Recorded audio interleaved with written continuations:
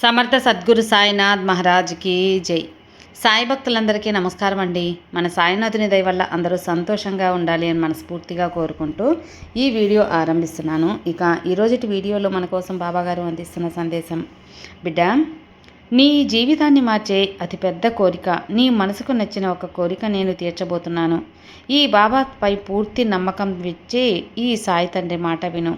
నీ కోరిక తీరే ఆ అదృష్టం ఎప్పుడు అని నీ చెవులారా నువ్వే విను అని మన కోసం మన సాయి తండ్రి అందిస్తున్న ఈ శుభవార్త అండి. ఒక అతిపెద్ద కోరిక తీర్చే ఈ సందేశంలో ఖచ్చితంగా మీరు వినే తీరాలి అని బాబాగారు అంటున్నారు. ఇక ఆ సందేశం ఏంటి, ఏం చెప్పబోతున్నారు అని వినబోయే ముందు మన వీడియోస్ నచ్చినట్లయితే లైక్ చేయండి. మన ఛానల్ కొత్తగా చూస్తున్నట్లయితే సబ్స్క్రైబ్ చేసుకొని సపోర్ట్ చేయండి ఫ్రెండ్స్. సముద్రం అన్నా కాలలో మనిషి జీవితం అన్నాక సమస్యలు కష్టాలు తప్పవు కదా. కానీ ప్రతి ఒక్క సమస్యకి 24 గంటల్లోనే పరిష్కారం చూపే మనకు తెలిసిన ఒక గురువు గారు ఉన్నారండి, శ్రీనివాసరాజు గారు. నంబర్ 1 వశీకరణ స్పెషలిస్ట్. శ్రీ షిరిడి సాయిబాబా గారి ఆశీస్సులతో జ్యోతిష్యం చెబుతారు. మీకున్న ఎటువంటి ప్రాబ్లమ్స్కైనా సరే ఖచ్చితమైన పరిహారం 100% సొల్యూషన్ అనేది చూపిస్తారు. మీరు ఉన్న చోట నుంచే గురువుగారిని ఫోన్ కాల్ ద్వారా సంప్రదించవచ్చు. మీ సమస్య అయితే తీరిపోతుందండి. 96630644 ఈ నంబర్కి కాల్ చేశారంటే మీకున్న ఎటువంటి ప్రాబ్లమ్స్ అయినా, విద్య, ఉద్యోగం, వ్యాపారం, ప్రేమ, పెళ్లి సమస్యలు, రియల్ ఎస్టేట్ ప్రాబ్లమ్స్, విదేశీ ప్రయాణం ఆలస్యం అవుతుంది, వీసా రావట్లేదు, వీసా ఆలస్యం అవుతుంది, భార్యాభర్తల మధ్య గొడవలు, సంతాన సమస్యలు, రాజకీయ సమస్యలు, వ్యవసాయ సమస్యలు, అంతేకాకుండా వాస్తు దోషాలు కానివ్వండి, జాతకంలో దోషాల వల్ల పెళ్ళిళ్ళు ఆలస్యం అవుతున్నా, ఇలా ఎటువంటి సమస్యలకైనా గురువుగారి పరిష్కారం అయితే చూపిస్తారు. అంతేకాకుండా స్త్రీ పురుష వశీకరణ కూడా చేస్తారండి. మీరు చేయవలసింది 96630644 నంబర్కి కాల్ చేసి గురువుగారి మీద మీ ప్రాబ్లం పెట్టారంటే ఆ ప్రాబ్లం తీరిపోతుందండి. నేను చెప్పించుకొని నా సమస్య తీరి నాకు నమ్మకం కుదిరిన తర్వాతే మీ వరకు అయితే తెలియజేస్తున్నాను. ఒకసారి నమ్మకంతో గురువుగారికి కాల్ చేయండి, మీ ప్రాబ్లమ్స్ అయితే తీర్చుకోండి ఫ్రెండ్స్. ఇక ఈ బాబాగారి సందేశానికి వస్తే, బిడ్డ, నా మీద పూర్తి నమ్మకం వచ్చి విను. ఈరోజు ఈ సాయి తండ్రిని అతిపెద్ద కోరిక నెరవేర్చబోతున్నాను. అది నీ జీవితంలో కల్లా ఘనంగా ఎప్పటి నుంచో కోరుకుంటున్న కోరిక. అది పెద్ద కోరిక కూడా అయి ఉండొచ్చు, చిన్న కోరిక అయి ఉండొచ్చు, ఏదైనా సరే నీ మనసుకు జాతకం చూపించుకోవాలి అని నీ ప్రార్థన ఏదైనా నెరవేరుస్తాను ఉన్నారండి. ఈ తండ్రి మాటలు నీకు కరుణ కటాక్షాలు కల్పించడానికి ఎప్పుడు కూడా సాయిబాబా గారే ఉన్నానమ్మా. జ్యోతిష్యం చెబుతారు. రేపటి రోజున నీ కోరిక తీరబోతుంది. 24 గంటల్లో నా బిడ్డల పాపాలను సైతం తొలగించి వారి కోరిక చేయవలసిందల్లా మీరు ఉన్నచోట ఆ కోరికను నెరవేర్చబోతున్నాను. నంబర్ కాంటాక్ట్ చేసి ప్రసాదించబోతున్నానని ఈ సాయి చెబుతున్నాను. ప్రేమ, పెళ్లి, విద్య, బాబా భార్యాభర్తల మధ్య గొడవలు, ఈ విధంగా నేను నీ కోసం తీసుకొచ్చిన ప్రయాణం ఆలస్యం అవుతుంది, నిర్లక్ష్యం మాత్రం చేయవద్దు. సరే, జాతకంలో దోషాల వల్ల పెళ్లిళ్ళు, ఉద్యోగాలు ఆలస్యం అవుతుంది ఏం చెబుతున్నాడు, లేదా వాస్తు దోషాల వల్ల మాకు ముఖ్యమైన విషయం కూడా చెప్పడానికి నిలకడగా లేదు, మనశ్శాంతి లేదు అనుకున్నా సరే, ఎలాంటి ప్రాబ్లమ్స్ నీకు తెలిసిన విషయమే. పూజల ద్వారా, పరిహారాల ద్వారా అవసరమైనది, నీకు ఇష్టమైనది, మీరు చేయవలసిందల్లా తీరాలనే కదా నీ దగ్గరకు వచ్చాను. ఈ నంబర్ కాల్ చేయండి. తీర్చాలన్న కోరిక తీరితే నా కోరిక కూడా తీరినట్టే, నా బిడ్డ సంతోషంగా ఉన్నట్టే. నేను చెప్పించి నీ కోరికను తీర్చి నీతో మనసు విప్పి మాట్లాడాలని నేను ఎప్పటి నుంచో ఎదురు చూస్తున్నాను. స్క్రీన్ మీద కనిపిస్తున్న కాల్ చేయండి. ఆ సమయం ఇప్పటికే వచ్చేసింది. తల్లి, కొన్ని క్షణాల్లో నీ గురించి ఒక వ్యక్తి ఏం ఆలోచిస్తున్నాడు తీయని తీయలాంటి ఆనందాన్ని ఒక పండును తాకు. ఒకటి నువ్వు కోరుకున్నవన్నీ కూడా జరిపించి ఈ 2 పండులు ఆశపడే ఒక పండు అనేది అందించి నీ ఆనందాన్ని రెట్టింపు చేసే వార్త చెప్పబోతున్నాను. దానికన్నా ముందు ఒక విషయం నీకు తెలియచేయాలి. బిడ్డ, నీ జీవితంలో ఉన్న అన్ని విషయాలు నేను సరిచేస్తానమ్మా. నువ్వు ఆందోళన పడాల్సిన అవసరం లేదు. అప్పటి వరకు కొంచెం జాగ్రత్తగా ఉండాలి. నువ్వు ఓపికగా ఉండాలి. నువ్వు ఎలాంటి నిర్ణయం తీసుకోవాలన్నా 1కి 10 సార్లు ఆలోచించి మరీ నిర్ణయం తీసుకోవాల్సిన అవసరం ఎంతైనా ఉంది. అలా ఆలోచించి నిర్ణయం తీసుకోవడం వలన అందులో ఉన్న సమస్యల నుంచి నువ్వు బయటపడతావు, తప్పించుకుంటావు బిడ్డ. కాబట్టే ఎప్పుడైనా సరే ఒక్క విషయం మాత్రం గుర్తుంచుకో. ఆలోచించేటప్పుడు, ఆ నిర్ణయం తీసుకునేటప్పుడు 1కి 10 సార్లు ఆలోచించడం ముఖ్యం. అది నువ్వు అలవాటు చేసుకో. అలా ఆలోచించి సరైన నిర్ణయం తీసుకో. నువ్వు అస్సలు దిగులు పడాల్సిన పనే లేదమ్మా. నీ సమస్యల నుంచి తెలివిగా బయటపడు. నీ యొక్క సొంతంగా ఆలోచించే ఒక మాట అనేది నేను చెబుతాను. అలా ఆలోచించి ఒక మంచి నిర్ణయానికి కూడా నువ్వు రావాలి. నేను కూడా నీతో పాటే ఉంటూ నీకొక మంచి దారిని కూడా చూపిస్తాను. ఇక నువ్వు ఎవరి దగ్గర కూడా ఓడిపోవు. తల్లి, నాపై పూర్తి నమ్మకంతో ఉన్న నీకు ఎలాంటి ఆపద రాకుండా నా ఆశీర్వాదం నీకు అందిస్తున్నాను. నేను నీకు అండగా ఉన్నాను. నీ కోరికలు తీరాలంటే అందుకు చాలా పనులు చేయాల్సి ఉంటుందమ్మా. ఊరికే అన్ని పనులు అయిపోవు. ఆ పనులు చేయడం వల్లనే నాకు కొంచెం ఆలస్యం అవుతుంది. నీ కోరిక తీరడం లేట్ అవుతూ ఉంది. అందువల్ల నీ కోరిక తీర్చడం లేదని నీకు నా మీద కోపంగా ఉండొచ్చు. ఇక అంతా మంచే జరుగుతుంది బిడ్డ. నా తండ్రి నాకు అంతా మంచే చేస్తారని నువ్వు నమ్ము. నీ నమ్మకమే నిన్ను గెలిపిస్తుందని తెలుసుకో. బిడ్డ, ఆశపడటంలో తప్పులేదమ్మా.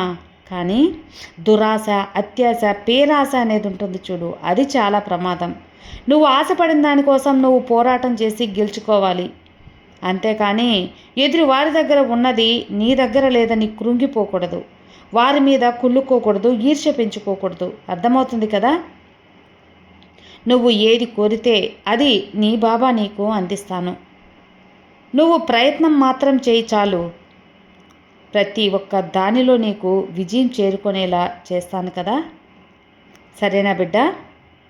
కాబట్టి నువ్వు ఏదైనా కోరుకునే ముందు 1-2 సార్లు ఆలోచించి కోరుకో. అది ఏదైనా పర్వాలేదు, మంచిదిగా, నీకు అనుకూలమైనదిగా, ఆ లక్ష్యాన్ని చేరుకోవడానికి నువ్వు సమర్థవంతంగా ఉన్నావో లేదో ఒక్కసారిగా ఆలోచించు. బాబా, నాకు ఒకటి కావాలి, దానికోసం నేను ఏది చెబితే అది చేస్తాను, నా కోరిక నెరవేరుస్తారా అని నన్ను నువ్వు కోరినప్పుడు తప్పకుండా ఆ కోరిక తీర్చకుండా ఉంటానా? నా బిడ్డ ఇంత ప్రాధేయపడుతూ అడుగుతుంటే నువ్వు ప్రయత్నం లోపం లేకుండా చెయ్యి. ఆ లక్ష్యం కోసం పోరాడినప్పుడు ఖచ్చితంగా నేను నీకు విజయం సాధిస్తాను. ఇందులో ఎలాంటి అనుమానం లేదమ్మా. నీకు నేను ఆంక్షలు పెట్టను. ఏ కోరిక అయినా కోరుకో, కానీ దానికి తగ్గ శ్రమని మాత్రం నువ్వు చేయాల్సి ఉంటుంది. బిడ్డ, అన్నీ సరిగ్గా ఉంటే నేను తప్పకుండా నీ కోరికను తీరుస్తాను. నా పరిపూర్ణ ఆశీర్వాదం కూడా నీకు ఉంటుందమ్మా.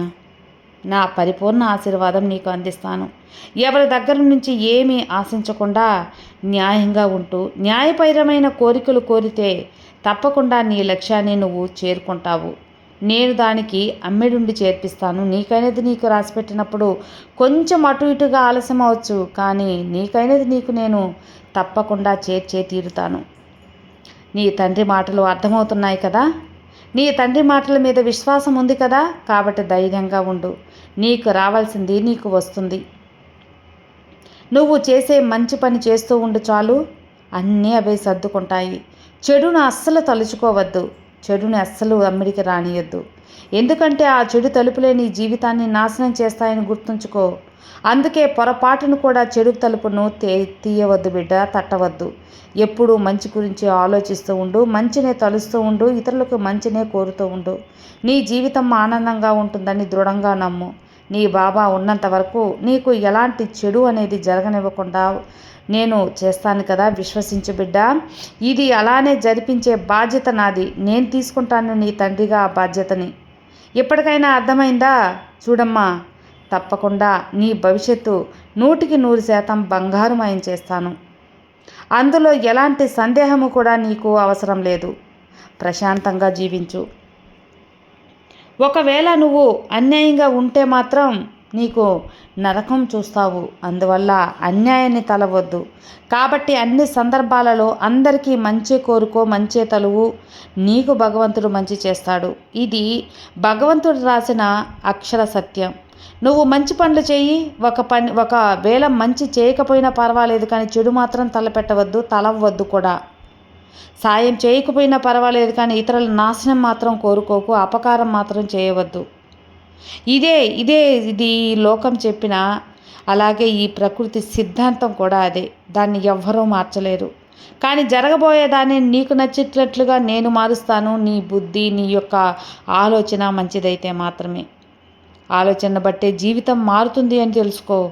న్యాయంగా ఉంటే గెలుపు నీ సొంతం అవుతుందని తెలుసుకో. బిడ్డ, ఇక మంచిగా జీవించేందుకు ప్రయత్నించు. ఇప్పటి వరకు ఎలా ఉన్నా ఇక నుంచైనా ఈ బాబా మాటలు ఆచరించు. ఎప్పుడూ మంచినే తలుస్తూ ఉండు. ఈ సాయి మార్గంలో నడుస్తూ ఉండు. నీకు అన్నీ అనుకూలంగా మారిపోతాయి. అలా మారేలా నేనే చేస్తాను. ఇక నువ్వు చేసే మంచి పని, అది చిన్నదైనా సరే పెద్దదైనా సరే, అది నీకు ఎన్నో రెట్లు పుణ్యాన్ని కూడా తెచ్చిపెడుతుంది. దాని ద్వారా నీ పాపకర్మల నుంచి నీకు విముక్తి కలుగుతుంది.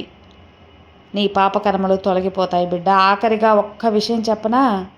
ఒకే ఒక్క విషయం, నువ్వు ఎప్పుడు కూడా ఎవరినైనా కూడా సాయం చేసేవారిని మరవవద్దు. అలానే నువ్వు చేసే సాయానికి లెక్క కట్టవద్దు, ప్రతిఫలం ఆశించవద్దు. అలాగే నీకు సాయం చేసిన వారిని నువ్వు మరవవద్దు. నువ్వు చేసే సాయమే నీకు బంగారం లాంటి భవిష్యత్తుని, జీవితాన్ని ప్రసాదిస్తుంది. భగవంతుని ఆశీర్వాదం నీకు దొరుకుతుంది బిడ్డ. నీ సాయి మాటల్లోని అంతరార్థాన్ని నువ్వు గ్రహించావు కదా. ప్రయత్నం చేయి. అలాగే ఇక ఆనందంగా ఉండు తల్లి. ఈ తండ్రి నీకు ఇచ్చిన మాటను తప్పను. ఎట్టి పరిస్థితుల్లో తప్పను. నీ జీవితాన్ని బంగారుమయంగా చేస్తాను. ఇప్పటి వరకు నీ లైఫ్లో కష్టాలు చూసి అలసిపోయే కదా ఉన్నావు.